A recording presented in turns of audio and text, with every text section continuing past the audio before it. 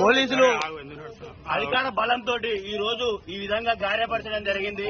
మేము మౌనంగా మా స్వేచ్ఛాయుతంగా మా దీక్ష చేస్తున్నప్పటికీ కూడా ఉస్మాన్ యూనివర్సిటీ పోలీసులు మమ్మల్ని దౌర్జన్యంగా ఈడ్చుకొచ్చిన పరిస్థితి ఈ రోజు ఆర్ట్స్ కాలేజ్ ముందు జరిగింది. రేవంత్ రెడ్డి గారు మిమ్మల్ని కోరి మరి మేము గెలిపించుకున్నాము. దయచేసి మా బాధని అర్థం చేసుకుని పోస్టులు కంపల్సరిగా పెంచాలని మేము ఈ రోజు మిమ్మల్ని వేడుకొని చెప్తున్నాము.